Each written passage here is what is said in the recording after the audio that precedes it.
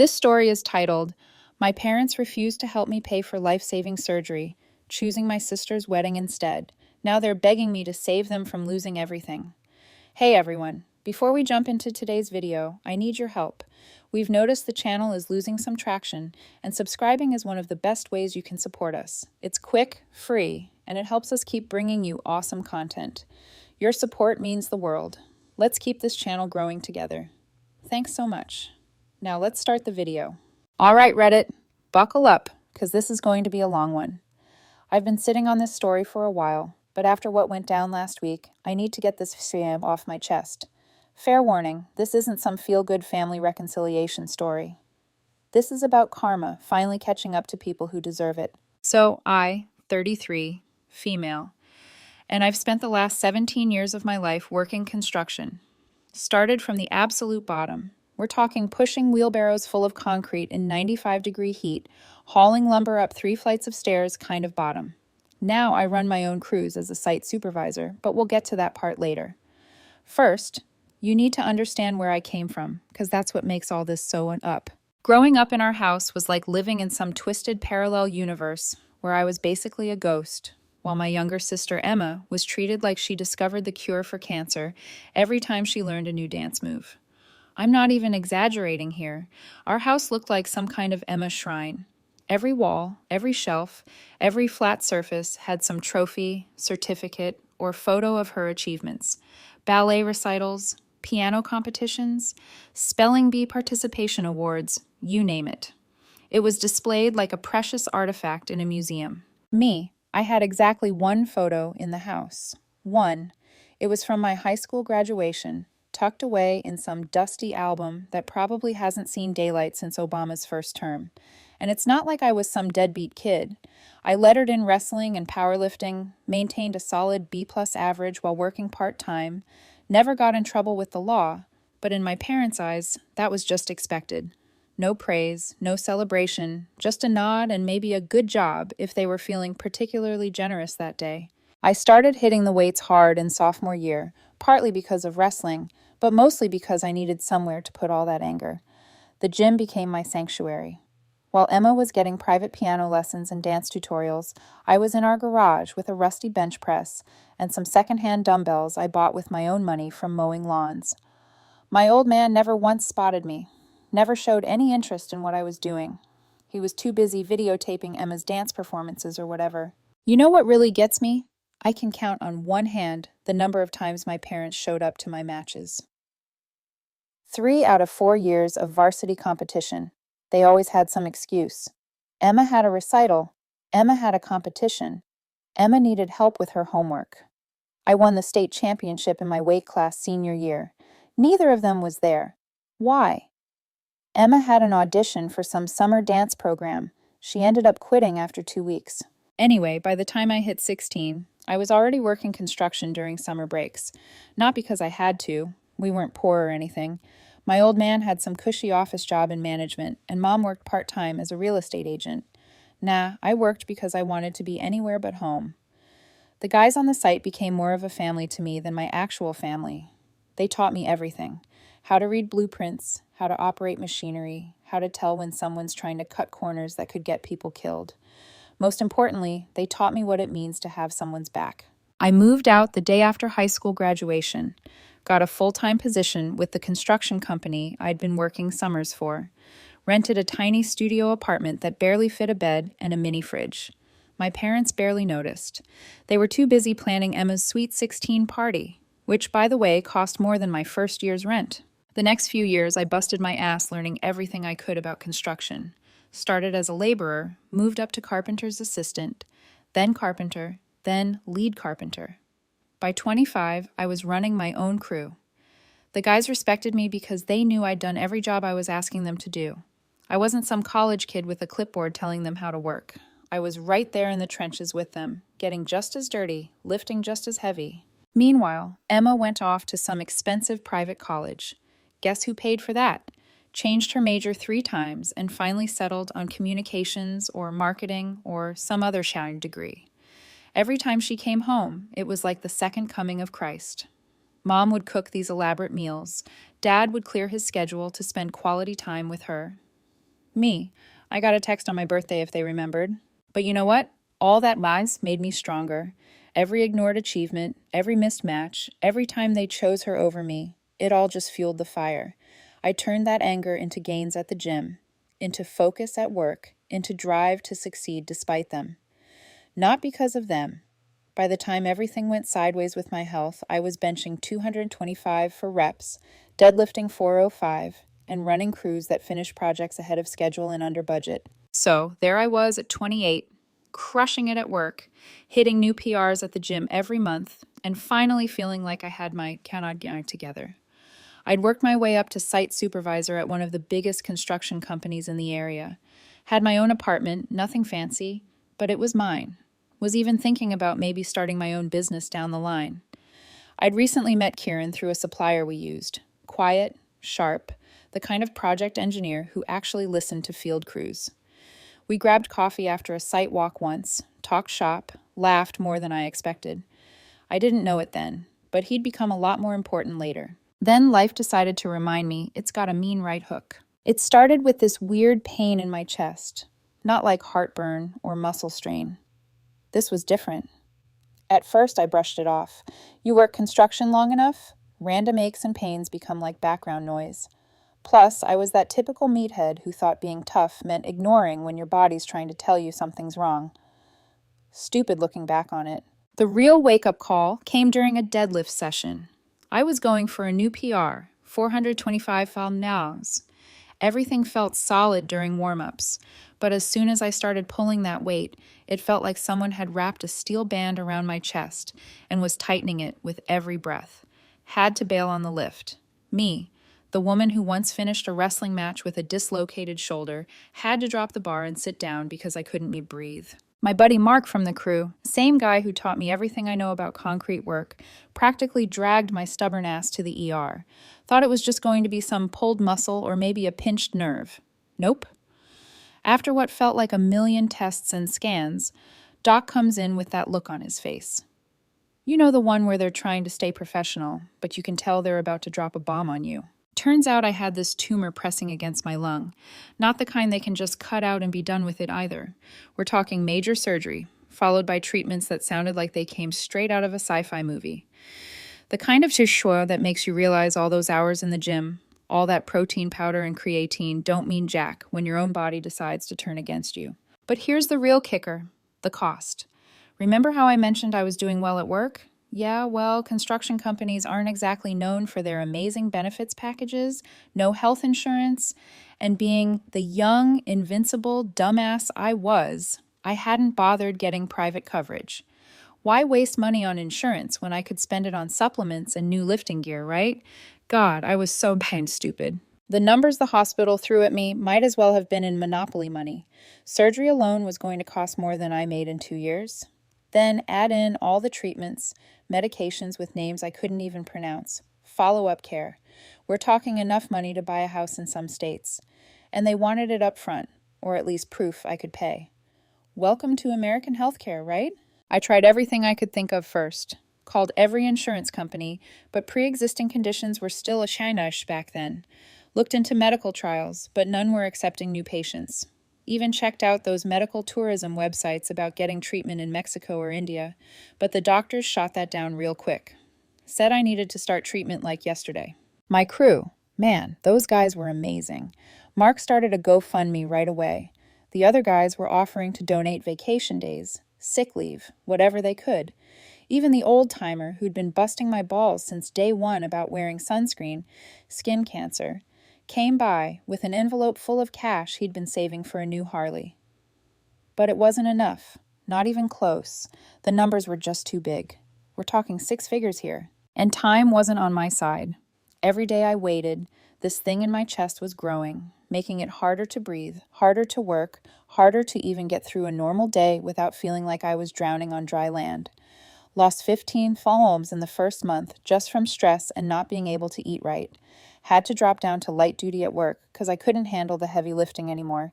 Every breath felt like I was trying to suck air through a coffee stirrer. Nights were the worst. Lying there in the dark, feeling this thing inside me, wondering if each breath might be the one where my lung finally gives out. That's when I made the hardest decision of my life.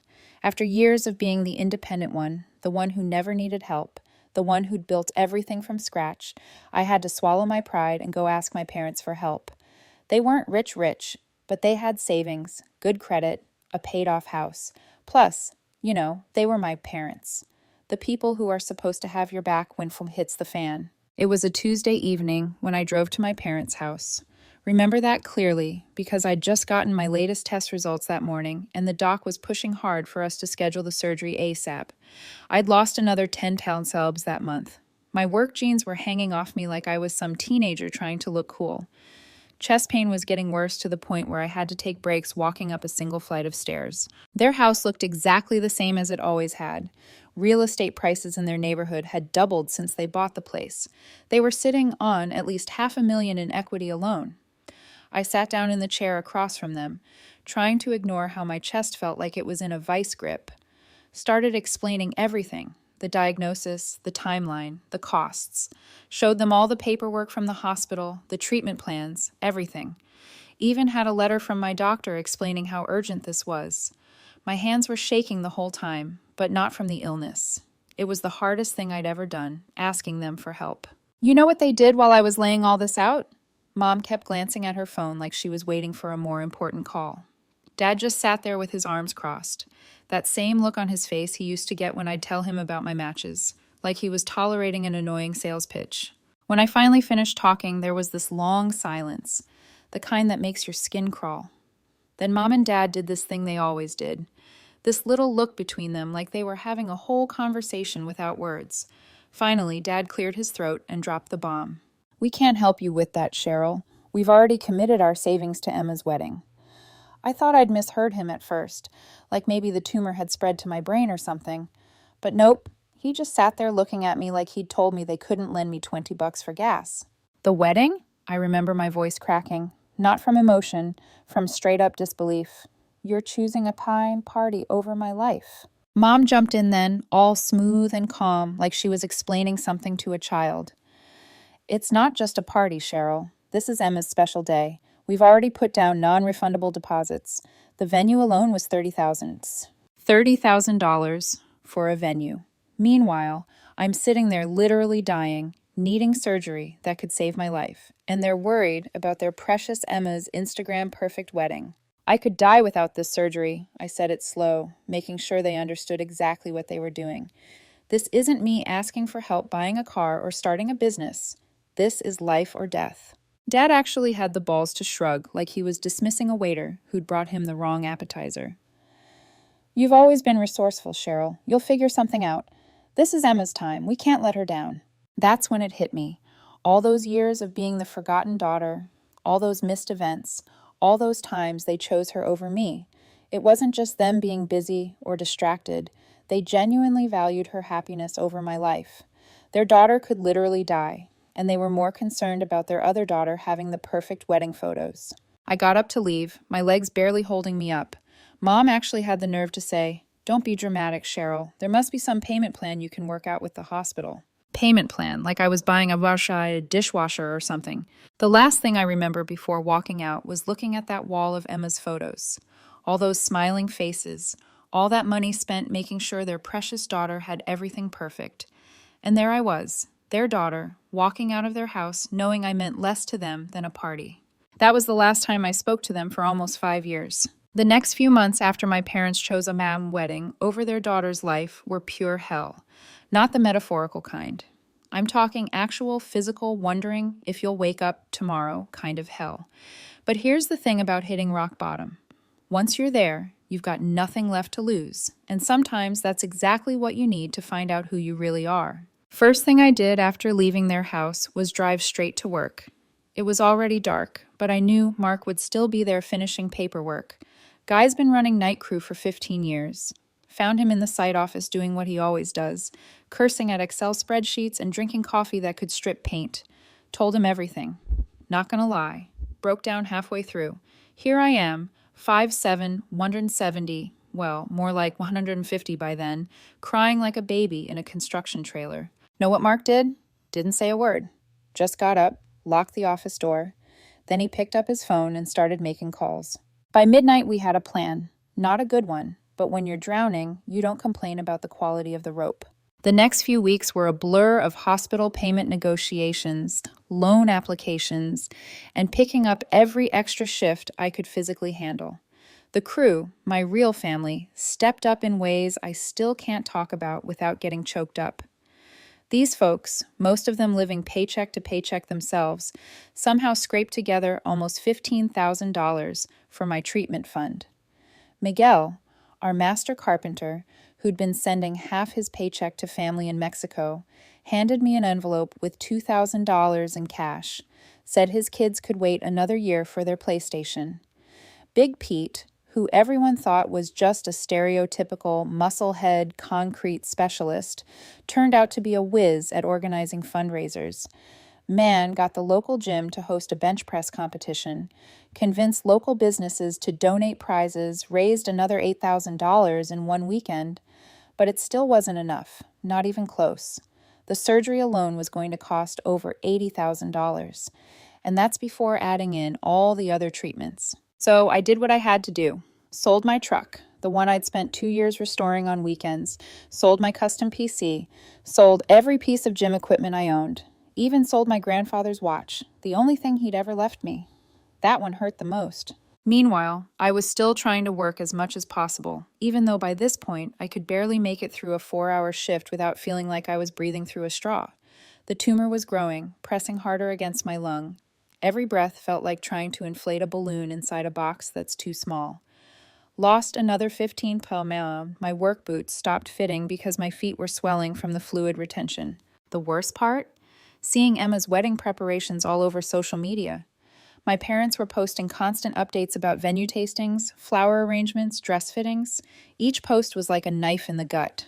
The flower budget alone could have covered one of my chemotherapy sessions. The designer dress they bought her probably cost enough to pay for my first round of treatment. Then came the wedding invitations. Well, not to me, obviously. I heard about them from a cousin who still talked to me. Apparently they were these elaborate things with gold foil and custom calligraphy. Cost like $15 per piece. They ordered 200 of them. Do the math on that one. $3,000 on shouting paper that most people would throw away while I was working security shifts at a warehouse between my regular job, barely able to breathe. But here's where the story takes a turn you might not expect. Remember that GoFundMe that Mark started? It caught the attention of one of our suppliers, big commercial construction materials company. Their CEO had lost his brother to the same type of cancer I had. Guy calls me personally one morning, says he wants to help. Next thing I know, they're offering to cover 40% of my medical costs through their corporate charitable foundation. That was the break I needed. Between that, the loans I'd taken out, everything I'd sold, and what the crew had raised, I finally had enough to schedule the surgery. Had to drain my 401k, max out 3 credit cards, and sign up for a payment plan that'd take years to pay off. But I was going to live. The surgery was scheduled for 3 days before Emma's wedding. Not that they knew or cared. They were too busy with final dress fittings and rehearsal dinners. I went into that operating room alone. Well, not really alone. Mark took the day off to drive me there. Miguel's wife made me a care package of homemade tamales for after the surgery. Big Pete organized the crew to cover all my shifts for the next month. You want to know true family? It's not the people who share your DNA. It's the folks who work overtime so you can make rent while you're recovering. It's the rough-handed carpenter who sits in a hospital waiting room for 12 hours straight, just so you don't wake up alone. It's the crew that passes around a hard hat collecting dollars and quarters because every bit helps. Kieran showed up too. Quiet, no grand speeches. He brought a small stack of project binders I'd been worrying about and said, "I'll handle these. Focus on breathing." Then he waited with Mark, eyes red but steady, until they wheeled me in. I made it through the surgery, spent 2 weeks in the hospital, another month recovering at home. The crew took turns checking on me, bringing food, helping with basic stuff I couldn't do while I was healing. Kieran stopped by on Sundays with grocery runs, and that dry humor of his that somehow made the pain meds feel optional for an hour. Not once did my phone ring with a call from my parents or Emma. They were probably too busy posting wedding photos on Instagram. Recovery was a sí. Anyone who's been through major surgery knows what I'm talking about. That feeling where even breathing feels like you're learning a new skill. But here's the thing about hitting bottom. Once you start climbing back up, you realize just how strong you really are. And man, did I climb. The first few months were rough. Lost most of my muscle mass. Couldn't lift more than a gallon of milk without feeling like my chest was going to explode. But you know what? Every morning I woke up breathing was a middle finger to the people who'd left me for dead. Started small, walking to the mailbox, then around the block, then actual cardio. Rebuilt myself one painful step at a time. Mark and the crew kept me on light duty, mostly supervising and doing paperwork. Wasn't much, but it kept me in the game. Started learning the business side of construction. Contracts, bidding, project management. Turns out when you can't lift heavy sawing anymore, your brain starts working overtime. Who knew? About a year after the surgery, I got an unexpected call from that CEO who'd helped with my medical bills. Guy wanted to meet for coffee. Figured he was just checking up on his investment, making sure I hadn't died or whatever. Nope. Turns out he'd been watching how I handled everything. The recovery, the work, the crew management. Offered me a position as a project manager for their commercial division. Better pay, full benefits, finally. And most importantly, a chance to learn how the big boys play. I took that opportunity and ran with it like I was being chased. Spent the next few years absorbing everything I could about commercial construction. Nights, weekends, didn't matter. While Emma was posting about her perfect suburban life and my parents were bragging about their country club membership, I was building something real. Kieran and I started seeing each other for real somewhere in the middle of all that. No grand gesture, just steady presence turning into something I could lean on. He knew when to push me to rest and when to hand me a set of drawings and say, "I want your eyes on this phasing plan." The first time I laughed so hard my chest hurt, in a good way, it was because he tried to explain BIM to Miguel and ended up drawing stick figures on a pizza box. We didn't rush it. I was still rebuilding. Body, career, trust. He kept showing up. So did I. Started small at first. Took some of the smaller projects nobody else wanted. You know, the ones where the margins are tight and you gotta get creative. Learned every trick in the book about maximizing efficiency without cutting corners. My crews loved me because I'd actually been in their boots, known what it's like to bust your ass in 100 degrees heat for barely more than minimum wage. By year 3, I was handling multi-million-dollar projects. Remember that tumor that nearly killed me? Used that experience to specialize in medical facility construction. Turns out hospitals love working with someone who understands their world from both sides. Started making connections, building relationships, the kind of networking you can't fake because it comes from shared experience. Then I got the project that changed everything. A $50 million medical center renovation. Biggest job I'd ever managed. Spent 6 months planning it down to the smallest detail. The project was a massive success. Came in under budget and ahead of schedule. Got written up in some industry magazines. Won a few awards. Suddenly, I wasn't just some construction woman anymore. I was an innovative voice in medical facility design or some like that. Started getting calls from other healthcare systems wanting to work with us. Meanwhile, life at home got better too. Kieran moved a set of mugs into my kitchen. Temporarily, then forgot to take them back. We got married last year. Small ceremony, just close friends and my real family, the crew. Mark cried. Big Pete wore a tie that didn't match anything and made it work. Miguel's kids threw flower petals like confetti cannons went off. I walked down an aisle we'd built ourselves in a warehouse we'd decked with string lights and sawhorses. It was perfect. Everything was going great. Then about 6 months ago, I started hearing rumors through the industry grapevine. Rumors about my parents. Remember that fancy country club they'd been bragging about for years? The one where Dad loved to drop my name like he'd been the proud architect of my success? Yeah. Turns out he and a few of his golf buddies had gotten tangled up in some can't-lose real estate investment scheme. You know the type. Glossy brochures, luxury developments, promises of huge returns, minimal risk, all that. Only this time it wasn't just a bad investment, it was catastrophic. At first, I didn't pay much attention. People make bad financial choices all the time, but then I started noticing the signs. The Mercedes Dad was so obsessed with? Gone. Mom's Instagram, usually full of photos from charity luncheons and garden parties, went quiet. A cousin mentioned in passing that my parents were downsizing, though she said it in that tone people use when they really mean losing everything. Then one afternoon, my phone rang. Unknown number. I almost let it go to voicemail. I was in the middle of reviewing bids for a new hospital project, but something, maybe instinct, made me pick up. Cheryl, came the voice on the other end, soft, cracked, desperate. It's your mother. For a second, I didn't recognize it. She sounded smaller, like all the air had been let out of her. Hi, I said slowly. It's been a while. There was a tremor in her breath. We need to talk. It's important. That phone call was the start of everything unraveling. Turns out their small financial trouble was more like the Titanic after meeting that iceberg. The investment Dad got involved with wasn't just bad, it was criminally bad. The FBI was investigating.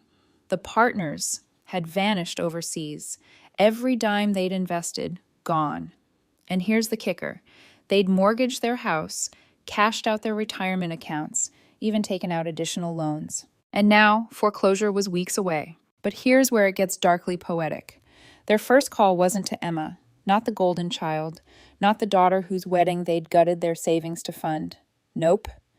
They called me, the forgotten one, the daughter they'd left to die when helping me meant missing a photo op at the country club. You'd think Emma would have been their safety net, right? The favorite child, married to some fancy corporate lawyer in a gated community. But Mom's voice cracked when she told me the truth.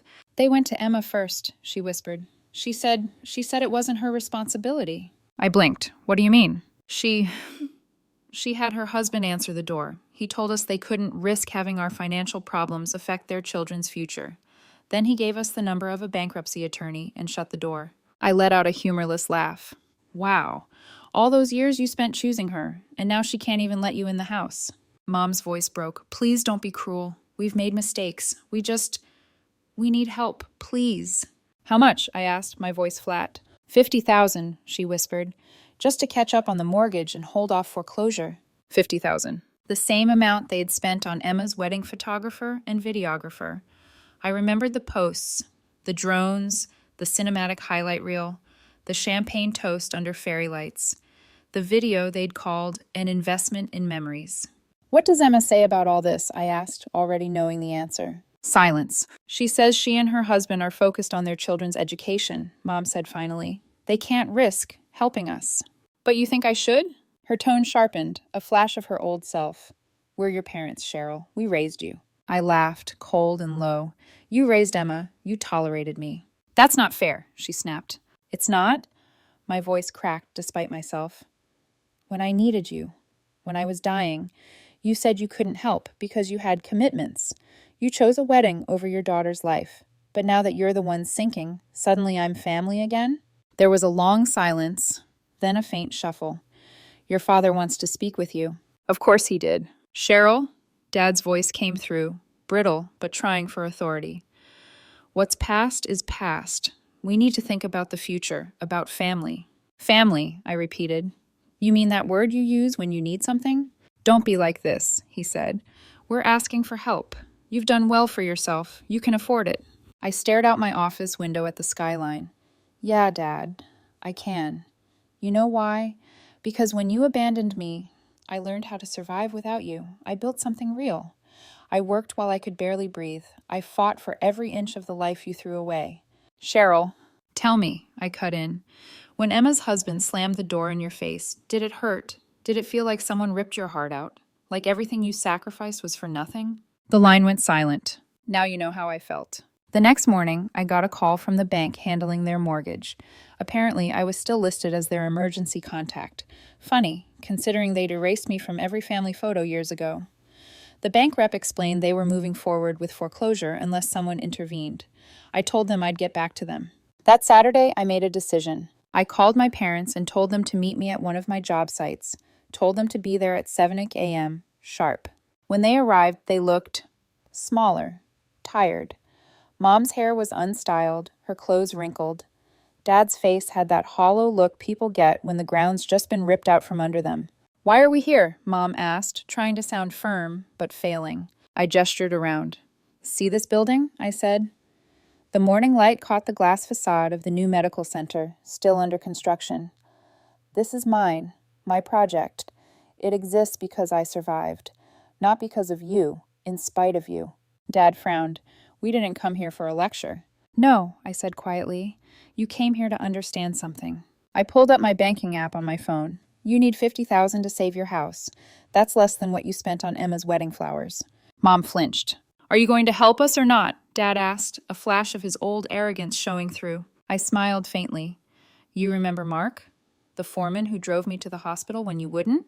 He and the crew, these men who make a fraction of what you used to make, scraped together their paychecks to help me stay alive. That's family. That's loyalty. They showed me what love looks like. Mom's lip trembled. We said we're sorry. No, I said.